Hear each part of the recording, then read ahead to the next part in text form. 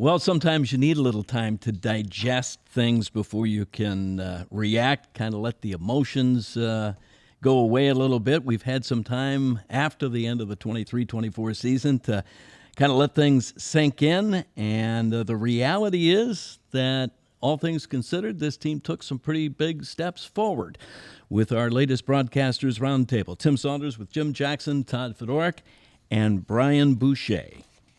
Well, guys, they played well the last 3 games of the regular season, kind of righted the ship after that 8-game slide. 3 weeks can't undo, I don't think, a good first 5.5 months of the season.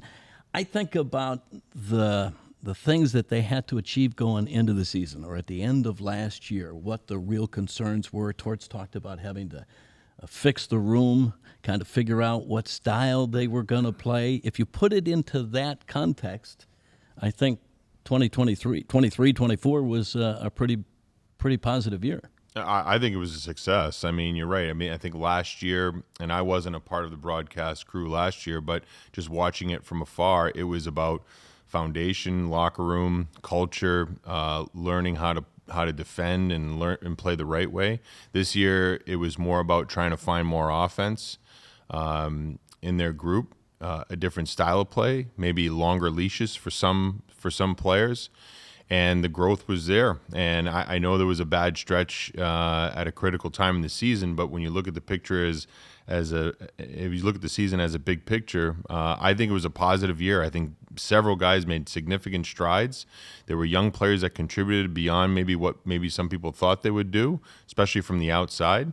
And to me, I think the experiences that they went through, both good and bad, are only going to serve them well going forward. So to me, I thought it was a season that was worth celebrating. I think in general, I also think the struggles they had down the stretch, as you say, they should learn from that. And also I think management learns as well about which players can play under that kind of stress. So this year was also, in addition to what Bush talked about learning about these players and which players are going to be part of this club moving forward. And I think that John Tortorella, Danny Briere, Keith Jones, the entire management team got a good idea. And, I would have loved to have seen the playoffs, because then you see it stepped up to another level and we get to see some of these young players and whether or not they could have played at that level. Won't get that opportunity, but they still learned a lot about all these players. And the culture is still strong. I think it was really important for the team to win some games after the struggles. The win in New York and the win against New Jersey, and they played competitively against Washington, showed that they weren't just quitting and all that kind of stuff. That can all go out. So the culture's strong. That was certainly another strength from this year. So yeah, I think in general, small picture, frustrating they didn't make the playoffs. Big picture, a lot of stuff was accomplished. And I know it's going back a long way to go back to last year, but just fixing the room, they had some subtractions to make before they thought they could move forward. That's not a small issue. And now, a year later, you can say pretty definitively that they did it successfully. I think that was the dynamic of the locker room was probably, from the outside looking in, that's probably the most important piece that they really got back. And that's kind of not something you planned for. That was kind of a blessing, right? There was a lot of things that happened this year, like big things that happened to a team. They just kind of handled everything. And then there was some success mixed in. But I think that one thing and it brought the fans back too, is that they catalyzed as a locker room, and that was really displayed in the success that they had early on, and they were overachieving, right? So that success, it kind of implemented kind of a structure that they probably weren't expecting, but it's something you can build with, right? Like that's a brick that's going to stay here. The locker room is tight. They got through some stuff. And that stuff that happened at the end of the year, most teams, look at Edmonton at the start of the year, like teams go through those in the course of a season. It's just how they respond, how they react to it, how long it lasts. And you heard some of the guys in their post interviews allude to that, right? So that's the thing that I see just from the outside looking. This is from 10,000 feet, but the critical thing that they got that they didn't know they could have captured was the dynamic of that locker room. The most overused term the last several months has been meaningful games, right? That was the goal. They wanted to play meaningful games. The fact that you could do that 82 games into the season says mission accomplished. What did they learn? Well, I think they learned that they could that they had more offense than they thought. I know they weren't an offensive juggernaut by any stretch, but considering how they played last year and the foundation they wanted to lay, and the fact that they were a team that could score off the rush and at times showed that they had more skill than maybe a lot of people thought they had, I think that's good for some players, that are offensive guys like, Tippett stands out, Konechny and Forster, who had a tough start at the beginning of the year, but seemed to, have some good stretches towards the second half of the season. I think it's good to know that those guys, that they can play at that type of game, but also a grind game. They learned they could play that game as well. It's funny when you talk about meaningful games, they were important. You learned from them, and as JJ alluded to, it'd been nice to see them play in the playoffs. I mean, but when you watch the playoffs right now, right, it's cranked up another 5 levels. Yep. And I hope that those guys are watching the playoffs and that they haven't gone on vacation maybe quite just yet, because I think when you go on vacation a little bit later as the playoffs go on, because when you watch the first round in those game ones, it's incredible the intensity and how much it ramps up. And those guys that have never played in the playoffs, they're missing out on that. So there's another level to learn next year. But I think that they learned that they can adapt. This group can adapt when challenged. They can rise to the occasion. And to me, I think that's a real positive for this group, because I don't think anybody gave them any thought that they would be in that spot, and yet they played a meaningful game come 82. So that was the biggest frustration for Torts, was the fact that they were that close and he couldn't get them over the top, and they don't get to experience the playoffs and how games ratcheted up. They didn't change. They didn't make the necessary changes at the end of the year that he knows they're going to have to make. Yeah, that's his take. My take was they ratcheted it up for that gauntlet that we talked about so much, and I thought they played well through that gauntlet. Actually should have gotten more than 6 points. They outplayed teams, got out goaltended in a couple of games, that kind of thing. And then I think everybody took a collective deep breath, and they never recovered from that. And the 6 straight games against teams below them in the standings, they got 1 point. That obviously is what kept them out of the playoffs. Yep. But that, again, as we've talked about, has to be a learning experience for these young players. You can't just get through those 6 and then think you're going to throw your sticks on the ice and win. Not that they did that. They did play well in the Buffalo game and in a couple of games of that stretch. But in particular, the last 2, the Columbus and Montreal games were really killers for them. And they have to take that, put it in their memory banks as players, and realize next year, if they're in that same boat, you've got to beat those lower teams late in the season. You got to beat them all the time. But I mean, you've got to keep your game up. So a learning experience, yes.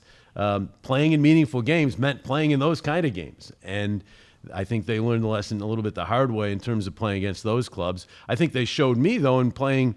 They were, 5-1-1 against teams with the most points in the NHL throughout the course of the year, that they can play with pretty much any team in the league, too. So there should be a confidence with that. They just have to keep the foot on the gas. I go back to a comment you made, and I think it was at dinner in New York one night. Did we do that? Where you said... You went to dinner?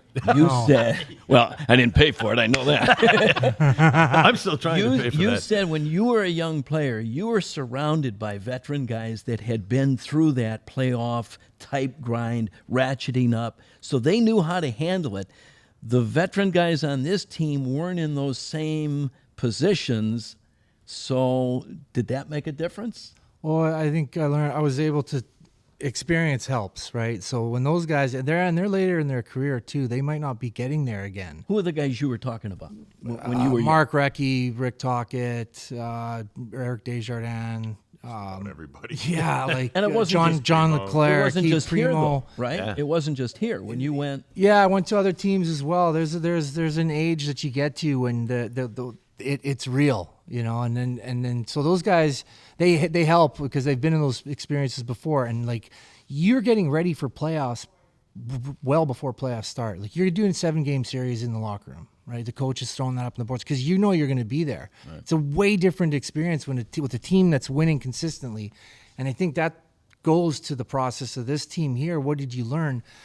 Good teams do not lose 2 in a row, like back to back. It's just when it starts to slide, they're not even getting losses. They already know, and they're trying to correct prior. It's almost preventative hockey at that stage. That's what the good teams are too. They're so finely tuned that when it steers up for playoffs, it's just operating. It's more intense, and it does steer up. Those teams that are finely tuned, when it gets going into playoffs, it can throw a curveball at them because they're just used to operating, and then you throw the physicality that is just a spillover.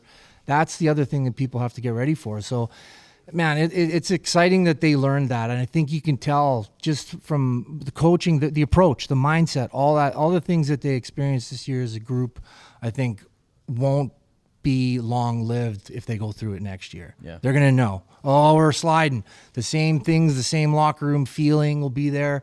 That's why I think guys like Hathaway, Paling, like what masterful inserts into the locker room, because like just the way Hathaway goes about his business on the ice, like that is just how a typical Flyer player has to play as a bottom standard. Yeah. And so that it went well here.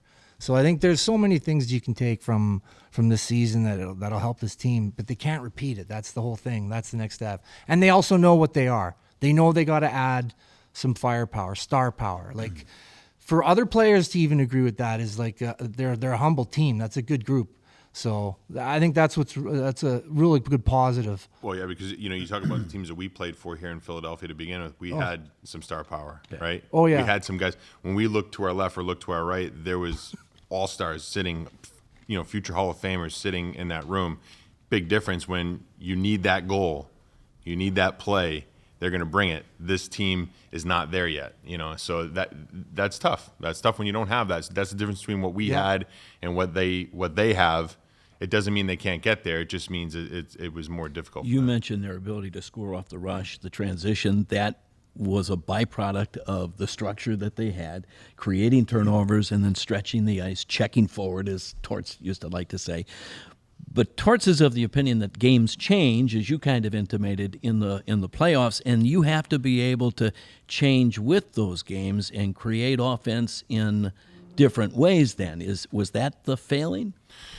Well, I think at times they had success playing a grind game. I mean, there was examples of where they won some tight games, some hard games. Did they do it consistently enough towards the end of the year? Yeah, probably not. But as JJ alluded to, in some of those big games where they went through that gauntlet, they played better than their record indicated at times. They could have had more points. And it's not to say it's always about, I didn't get a break or we didn't get the call or whatnot. But I just feel like this group, you have to go through the necessary steps to get to where you want to get to. Some teams, some players skip steps.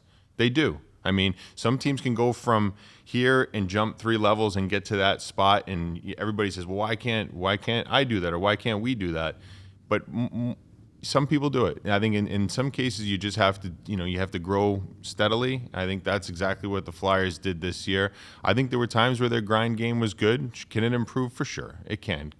Even at times I thought, the rush game, it kind of dried up in the second half of the season. When they were opportunistic at the start of the year, it started to dry up a little bit. The power play has to get better, right? I mean, to me, these are areas that you have to continue to grow. They're not there yet, but looking at the steps that they have to take, I think they made necessary improvements in certain steps, and to me, that's showing growth in an area. It would have been nice if they would have skipped 3, but not everybody does that. I can read the other play-by-play guy's mind, because we're both thinking, well, with a marginally better power play, that answers where do you get some of that offense. Right. It looks like how they're going to address that in the offseason is going to be more internal and leaning on organizational resources.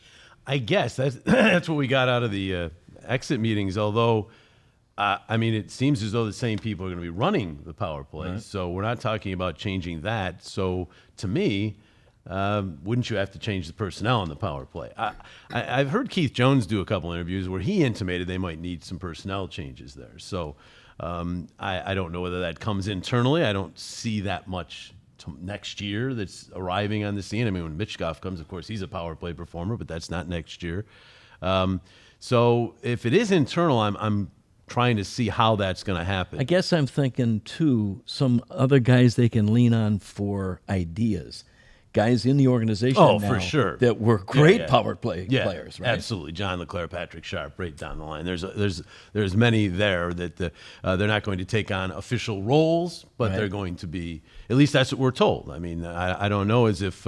can that be effective? I think so. I mean, well, Joey Mullen was a power play specialist kind of coach for a while. Yeah, they'll take a team approach. You're going to tell John LeClaire what what should we do in front of the net? John? And why not net front presence? That's what should a we be doing? major problem so with it's power like, play. John LeClaire really the input won't be turned down. I got to be all. honest with you. When you mentioned Joey Mullen's name, and I wasn't a power play guy, obviously, but I was around and I saw those guys talk. And this is not to take anything away from the success the power play had when Joey was here. I really feel like that was a collaborative effort, maybe more collaborative than you could ever imagine, in the sense that the players had a large say in what was going on, almost like they were dictating how they wanted the power play to work. Now, we had older players, more experienced players. This is a younger team. I don't know that the players have the confidence to stand up and speak their mind maybe the way they want to. You need skill on the power play. I think the sticks have to be in the right position. Players have to be in an area of strength on the power play. Just because a guy is a power play guy and maybe he's a shooter and you put him in the bumper and he's a decoy, that's not his strength. Or if he's a shooter and you got him net front, and he's on the power play, he's a power play guy, but he's not in the area where he can be successful. These are things that have to be figured out. The players have to be in the right spots where it suits their strength.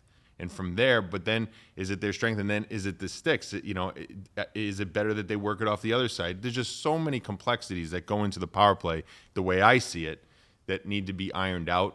And then when the players have the ability and the experience to say, no, this is how we got to do it, coach. You know what I mean? And it's a collaborative effort. That's how we were successful when we had good power plays when I played. You watch some of these power plays in the playoffs, the movement is something I didn't see with the Flyers. I mean, you just don't know where you kind of know where Stamkos is going to be, right? But you don't know where Kucherov's going to be. You don't know where Point's going to be on the Tampa Bay power play. And then you look at some of the other ones, and they aren't, they go through their slumps too.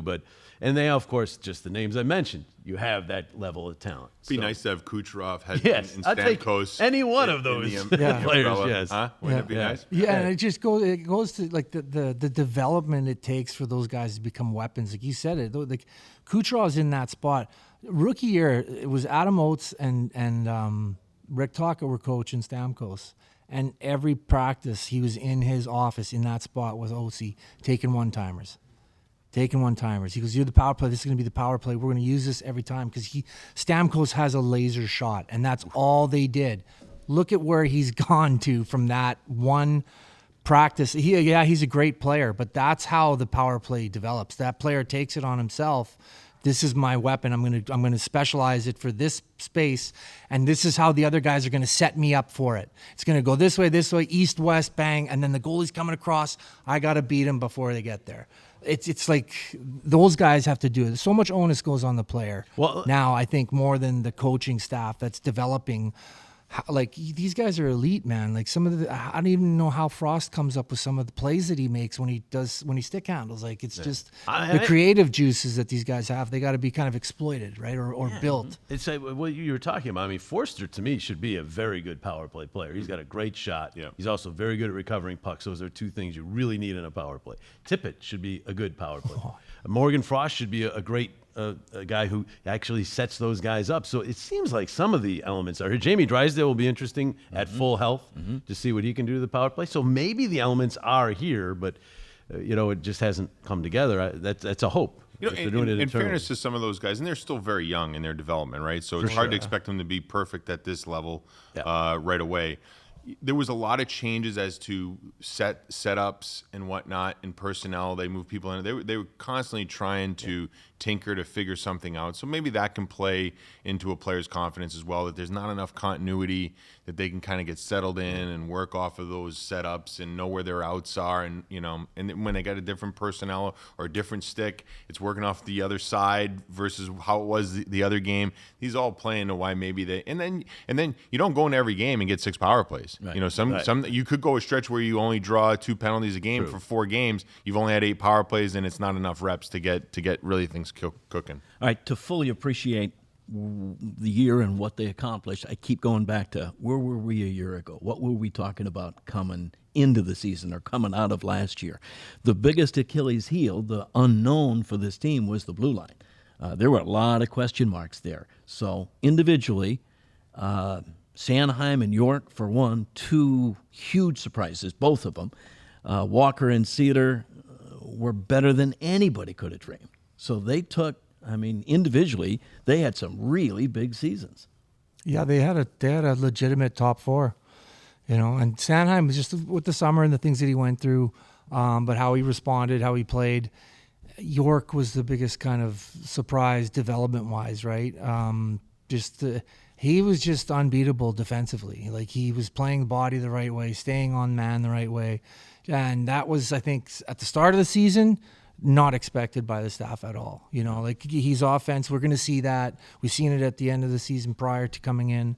But that just gives you excitement, right? Goaltending's good. If you're going strong from the back out, you're going to set yourself up for more success in this league. So Walker has been moved. Defensive core, was good, yeah. Walker was moved on. I think we're all in agreement that was absolutely the right thing to do at the deadline. Cedar was better than anybody could have expected. And Jamie Drysdale, I think we've only seen flashes of what he's going to become, because when he's fully healthy, and I don't think we've seen him fully healthy yet. Yeah, you have the makings of a top four. You also have Adder, Ginning, some of these other young guys that we saw a little of. I'm not sure we saw enough of to know yet on them, because obviously they went with some of the veterans in some of the key games down the stretch. You've got Bonk on the way. Emil Andre, don't want to forget about him. I guess Gron's really made some strides with the Phantoms this year. So you have some young players you're going to have to take a look at. Maybe Risto. Those veteran guys. Yeah, I'm talking more of the young guys. But yeah, absolutely. Hey, these guys, we talk about the struggles of this team. They lost their starting goaltender. They lost 4 of their top 6 defensemen for a significant stretch. Right. Got 2 of them back, but one of them I don't think was at 100%. And so, it's tough to win. Any team loses those kind of numbers. So, there are other reasons why the team dipped other than just the mental side of it. There were some serious losses physically. But on the blue line, when they're healthy, they've got a pretty good bank of young players to look at. Camp should be very interesting next year. Most of the talk, and Danny's kind of confirmed this, is that Bonk's not quite ready. But, right. He's gone from a surefire second pair, solid NHL player to a guy who might be, talking about top pair stuff. He's had a great development year. He's shown offensive capabilities I don't think even the Flyers knew he had. So he's a real prospect now. So, and I don't want to give up on Andre. I know you and I were really impressed with him, and he got overwhelmed early a little bit, but had a good full year at the minor league level. We'll get some playoff activity hopefully. So, you're looking at some good young talent on D. They had some guys that came in and had impacts this year that, for the first time at the NHL level. I'm not convinced that they expect that many guys to come up from Lehigh. So it's going to be a matter of guys that are here taking the next step and being better. And that can be difficult to do. When you have a good year, sometimes you can exhale a little bit as a player. I know I did it. And it's not conscious, it's subconscious. You think you're at the same level. You think you have the same attention to detail. You think you have the same intensity. It's a good league. And if you're off just a little bit, it can bite you. So the players have to be mindful of that. Guys have to have good summers. They've got to come in. They got to be ready to go. This team is not going to sneak up on opponents the way they did last year. They're going to be ready for this Flyers team, right. And these guys have to be ready to elevate their game. That's going to be the challenge. Just for an example, Tyson Forster had a tough stretch to start the year last year, where he went 20-something games without scoring his first goal, and then he caught fire. And in the end, 20 goals, good year. That's very solid. The difference with him was he was never a liability when he wasn't scoring. Correct, and that should always continue, because that should be the baseline with which you play. But the expectations to score, right? They're going to focus in on him a little bit more next year. Mm-hmm. So, for him to say automatically he's going to 30 goals, that you can't say that. There's going to be bumps in the road still in a young player's development, so you got to be patient, but he has to understand it's going to get harder. And, just to be quick on the defense, when Walker left, huge hole for this team. And I think management recognized that the importance of a guy like Walker. I'm not saying that he has to return in free agency, but that type of player that's always willing to go, that can skate well, that can check. He's not overly physical, but smart. Was a good partner for Sealer, and then Sealer obviously getting hurt simultaneously was a backbreaker. Yeah, that was huge. But I want to give one guy credit here on the back end, and that's Cam York. You talk about development. I think a lot of people, like from the outside, they look at him and say, "Oh, this is a laid-back SoCal kid. No. You know, does he have the intensity?" Damn right, he's got the Yeah, he's intensity. nails. This kid competes, and don't look at plus minus. I look at the minutes played, the opponents he was up against on a nightly basis. He made significant strides on that back end. He's a competitor, and I'm excited for his future. Do you think he's an established top pair defenseman? I do. I think he, in my eyes, when I watched him play this year, he looks like a true number 2 D-man in this league, and that's high praise. That's how many number 1 D-man are there in the NHL? Seriously, like real number ones. Discussion, yeah. We tried to name him. 10. Exactly. Just like how many true number 1 centers are there in this league? Everybody talks about being a number 1. You might be number 1 on your team, but that doesn't mean you're a true number 1 in the league. Yeah. Being a number 2 is it's high praise, you know? Yeah. Before we wrap up, let's touch on the goaltending situation because it looks like they're pretty well set. They've signed Ivan Fedotov to a 2-year extension. So he's going to get, 3.25 AVV for 2 years. He is a really intriguing project, and Sam Ersson obviously is coming off a monster year. Yeah, I'll start with Sam. Awesome year. I know that there were stretches where it went sideways for him and the goals piled up, but I look at the positive stretches and where his save percentage was at times. I mean, I think he was in the 9.3s at one point. To me, that's indicative of who he can be. I think he was overplayed down the stretch, and for a guy that probably is not used to that or didn't expect that, it can be taxing, just mentally and emotionally, and you're not able to be as sharp as you want to be. I think with the proper rest, Sam is a guy that's he'll be in the 9.91 area save percentage when he's playing well, and I thought he had a fantastic year, regardless of how his save percentage ended. I don't even want to look at that. Showed us a lot too, coming up with those solid games. In the last 3 games. Oh yeah, the guts and character and the mental toughness, right? Not easy. Ivan Fedotov, to me, there's a lot that he's got to catch up to here at the North American level, and he's going to have to do it fast. It's a big summer for him.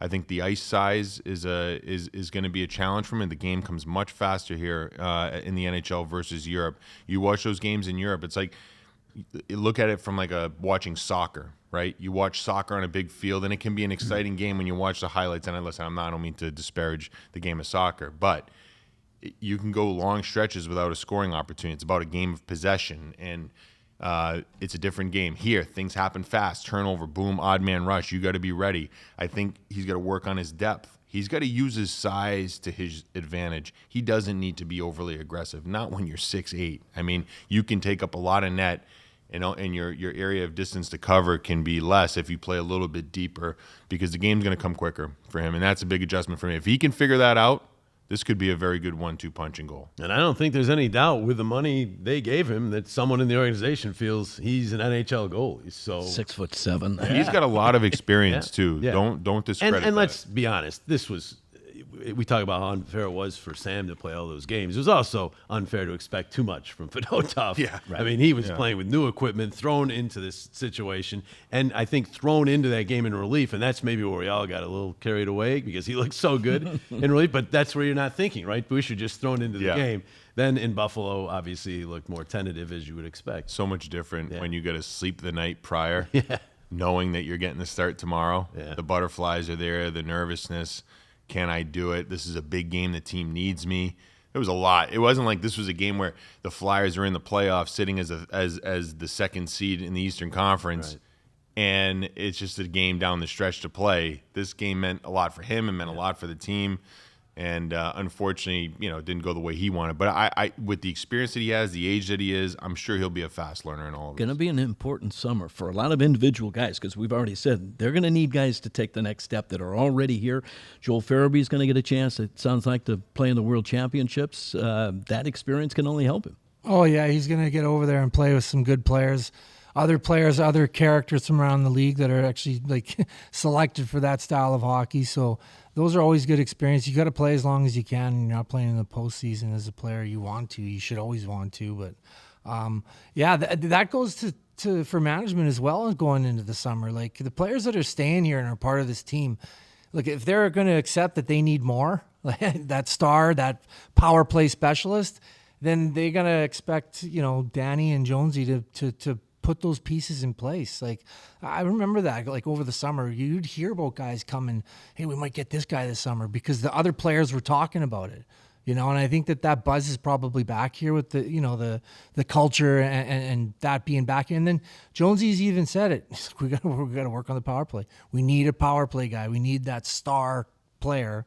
So yeah, I think that the players that are staying here and going into the summer and training and working out, this is a perfect time to put it all in there and remember what you learned this season, because next year's your proving ground again. Like that's the thing. Like you gotta maintain, and then hopefully those things happen in the summertime and make you a better squad. Difference between our summers when we were here, it was about who are we going to sign as an unrestricted free agent, right? Yeah. The system back then was one where a lot of people got to unrestricted free agency, and you got excited about players. Open market. Open market, right? The way the system is now, the unrestricted free agents are less attractive and less plentiful. They're more guys that are kind of interchangeable, I guess you could say. So if that happens, it's probably a trade, right? Yeah. And that a hockey trade, right? Yeah. So it'll be interesting to see where Danny and Jonesy decide to take this team going forward. One thing I do know is that they're smart guys. Yeah. They understand the big picture and the small picture, and I thought they did a good job of wrestling with that this year. The success that the team had versus keeping an eye on the prize down the road.